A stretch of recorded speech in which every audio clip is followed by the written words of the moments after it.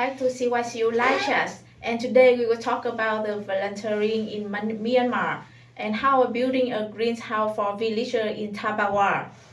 So Lucy, before we talk about the volunteering activities, how did you actually get to Thabarwa? The journey started in Yangon, which is the former capital and one of the largest cities in Myanmar. And from Yangon, you traveled to Thabarwa. Yes, to reach Thabarwa, we took a local bus from Yangon. Was it a long trip? Not extremely long, but it's very well quiet and an experience because it was local bus used mostly by residents, not tourists. So it was very different from taking a tourist bus. Exactly. The bus was quite crowded and people were carrying many different things.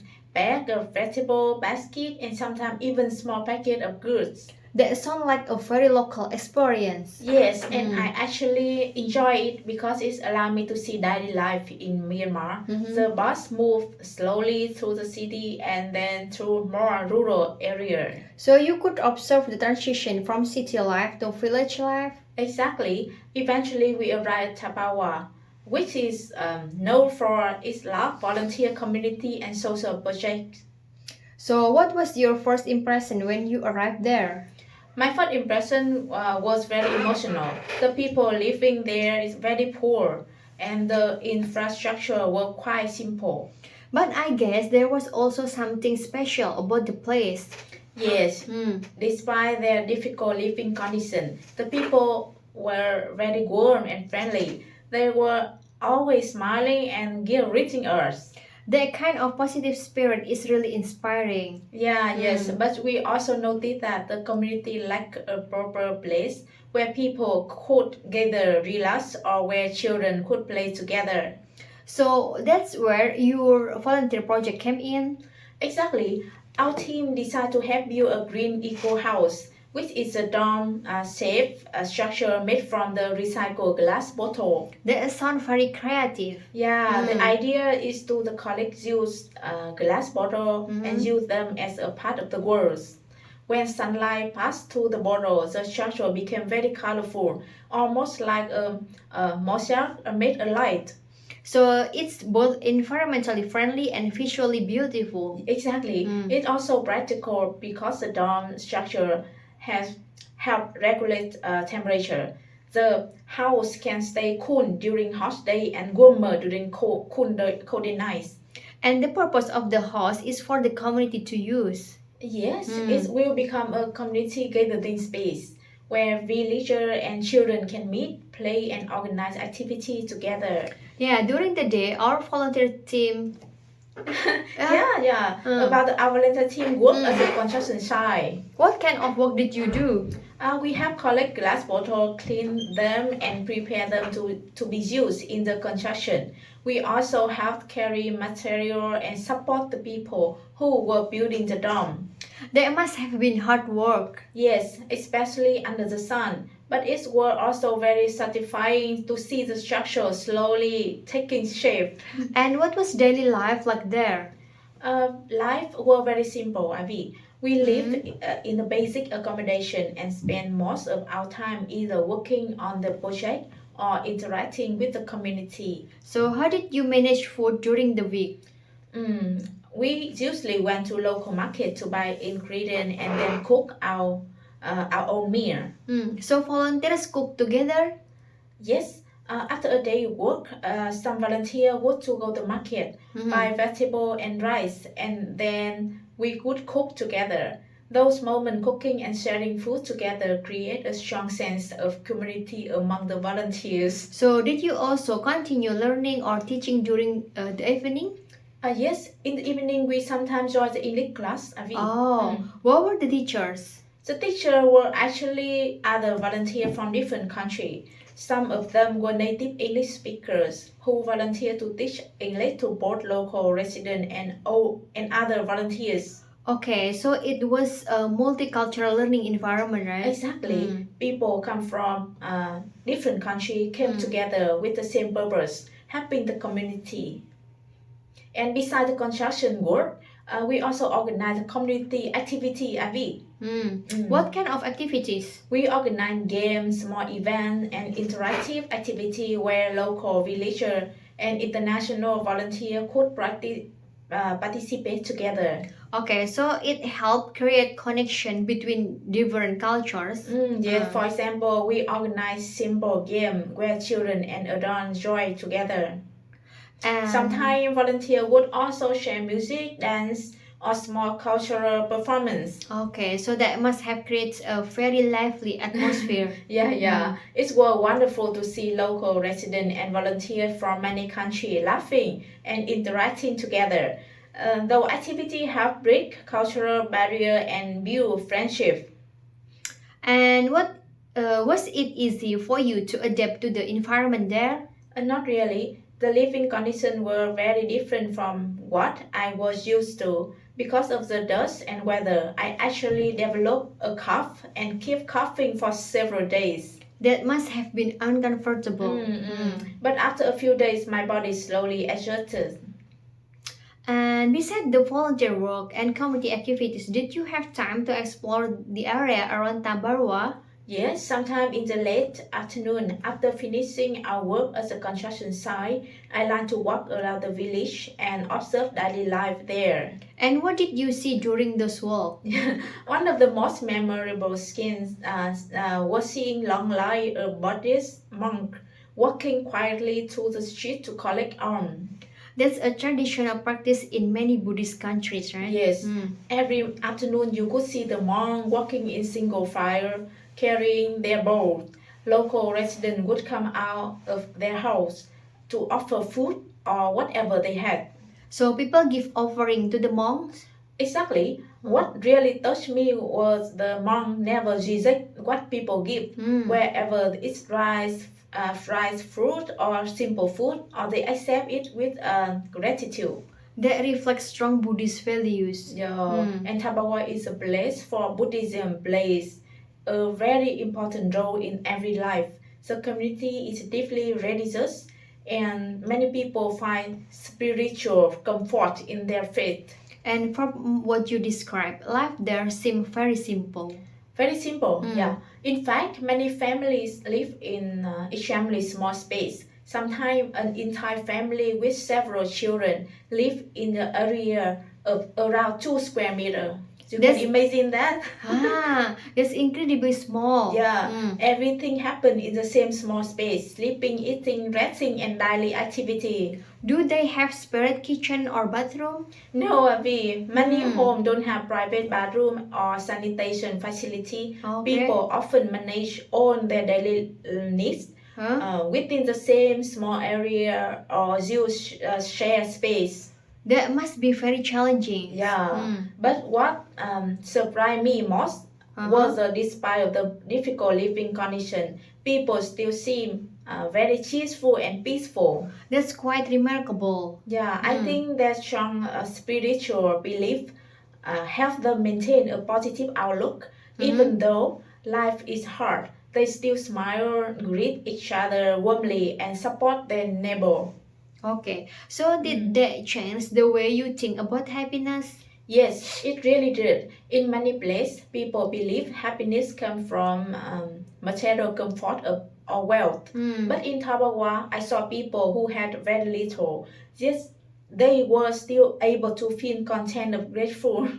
So their happiness came from community and spirituality? Exactly. The strong sense of community, faith, and mutual support create a very special atmosphere. So sometimes simple lives can carry deep meaning. And walking through the village every evening gave me the time to reflect on how different cultures understand life, happiness, and resilience. Listening to your stories about Thabarwa, I'm curious, how is this experience different from your volunteer trip in Laos? Oh, that's a really interesting question, Abib. Because even though both trips were about volunteering and helping community, the atmosphere and focus on the activity were quite different. In what way? For example, when I volunteered in Laos, most of activity were centered around education and interaction with children, We organize English lesson, game, and activity like the pogo stick and skateboard competition that I mentioned before, right? So the focus there were more on teaching and playing with the children. Exactly. The children were very curious and energetic. Our goal was mainly to introduce new experience and encourage learning. And how was Myanmar different? But in Thabarwa, the focus was much more on community building and daily life. So meaning more physical work and social interaction with the villagers? Yes, instead of mainly teaching, we spent a lot of time working together with volunteers and local residents, building the eco house and creating a community space. So the volunteering in Myanmar involved more construction and environmental work. Yes, true. It felt like contributing a long-term infrastructure project, while in Laos the activity was more about educational interaction. What about the cultural atmosphere in the two places? That's what another interesting difference. In Laos, the communities were visited felt more like traditional village focused on education and local development. But in Thabarwa, the environment were deeply connected to Buddhist spirituality and religious life. Like the monk walking in line collecting alms. Yeah, seeing the monk walking quietly every afternoon really show how important religion is in everyday life there. Did you notice difference in living condition between the two places? Yes, definitely. The living conditions in Thabarwa were much more basic and challenged. Many families live in extremely small space, sometimes only a few square meters for the entire household. That's very difficult. But in Laos, the village was also simple, but the situation in Thabarwa felt more extreme. Okay, which experience impacted you more personally? Honestly, both experiences were meaningful, but in different ways. The trip to Laos taught me a lot about education and encouraged young people. But the experience in Myanmar made me think more deeply about community resilience, spirituality, and how people can remain joyful even with a very little material comfort. So each experience taught you something different about life. Exactly. Laos showed me the importance of learning and opportunity, while Myanmar showed me the strength of community and inner peace. Yeah, it sounds like these two volunteer journey gave you two very different perspectives on helping communities. Yeah, and together they help me understand that volunteering is not only about helping others, it's also about learning from people you meet. Yeah, Lucy, before we end this episode, I heard that something interesting also happened among the volunteers in Thabarwa. Something a little romantic. Yeah, actually, there was a small love story that happened during the time we stayed there. Really? Volunteering and romance, they sound like the plot of a movie. Yeah, you're so curious, right? It really felt like one sometimes. Among the volunteers, there were people from many different countries. Everyone came from the same purpose to help the community. But when people spend a lot of time together, working, cooking, and sharing experience, friendship naturally grow very quickly. And sometimes friendship becomes something more. Yeah, exactly. There were two volunteers, one from Zero and one from Southeast Asia. At first, they were just working together at the construction site like everyone else. So they met while building the eco house? Yeah, during the daytime, we all work together collecting glass bottles, carrying material, and building the structure. They were often assigned to the same task. Working together under the sun can be a good way to get to know someone. Yeah, they start talking more during breaks, sharing stories about their country, their study, and why they decide to volunteer. And I imagine this conversation must have been very interesting. They were. In the evening, volunteers usually cook together or sat outside talking. Slowly, everyone started noticing that. So two volunteers spend more time together. So the group could already sense something was happening. Yes, they often help each other during construction work, share meals, share some time when for small work. around the village after work. So walking around Thabarwa in the evening must be quite peaceful, right? Yeah, it was. The atmosphere was very calm. You could see the sunset, hear distant temple bells, and sometimes see monks walking quietly in the distance. Yeah, that sounds like a perfect setting for a conversation. Exactly. Over time, their friendship grew stronger, and it became clear that they care about each other. Did the other volunteers notice? Of course, volunteer are like small family. When you live and work together, everyone could see the connection between them. Did they eventually tell everyone they were together? Yes, toward the end of the volunteer week, they openly shared that they had developed feeling for each other. They must have made the whole group very happy. And everyone was smiling and joking about it. It felt like the whole group was celebrating not only the progress of the Eco House project, but also this unexpected love story. It's interesting how meaningful experience sometimes bring people close together. Yeah, and when people work together for a meaningful cause, they connect on a deeper level. They see each other not only as travelers but as people who care about helping others, right? And that can create strong emotional bonds. Yeah, true. For me, that little love story made the experience even more memorable.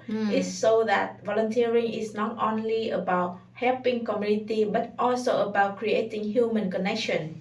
So Thabarwa was not only a place where people built a greenhouse, it was also a place where relationship and friendship grew. Yeah, you could say that. Just like the eco house was built from recycled bottles, something beautiful also grew from the time we spent together. Yeah, that's a really beautiful way to end the story. Yes, sometimes life surprises us in the most unexpected place. And sometimes even in small village far from home, people can find friendship, purpose, and maybe even love.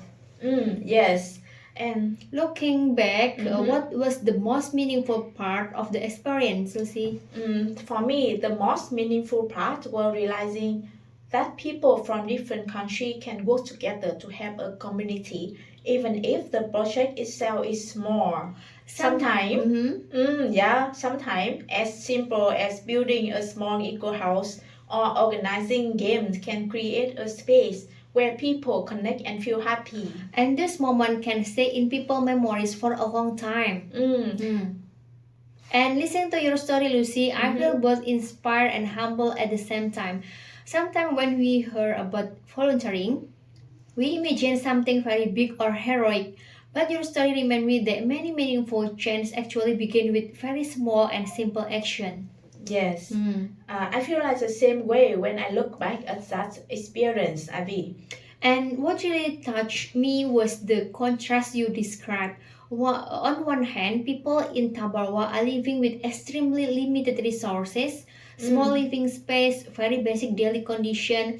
But on the other hand, they still show so much kindness, faith, and happiness. Yeah, exactly what surprised me at the most. Yeah, I think sometimes people who live in more developed environment assume that happiness comes from comfort and material wealth, but stories like yours remind us that happiness can also come from community, spirituality, and human connection. Yeah, that's a very important lesson. Yeah, another thing that impressed me was the idea of building the green eco house using recycled glass bottles. It's just a creative and sustainable solution. Something that might seem like waste in other place can become a beautiful structure and a shared space for the community. Yeah, I cannot agree more. It's so that even simple material can create something meaningful. Yeah, and I also really like how the volunteer activities didn't just focus on construction. You also organize games and community events where local villagers and international volunteers could interact together. Yes, the moment help everyone connect. Yeah, I imagine that those interactions were just as important as the building project itself. Because sometimes the most valuable thing we can offer is simply our time and presence. Yeah, I completely agree, Avi. And your experience in Laos and Myanmar also shows something interesting. Even though both were volunteer trips, they taught you different lessons. One about education and encouraging children, and the other about community resilience and spiritual strength. Yeah. Thank you for your opinion. And thank you for listening, audience. Thank Okay. you. Bye bye. Bye bye. See you to the next episode. See you.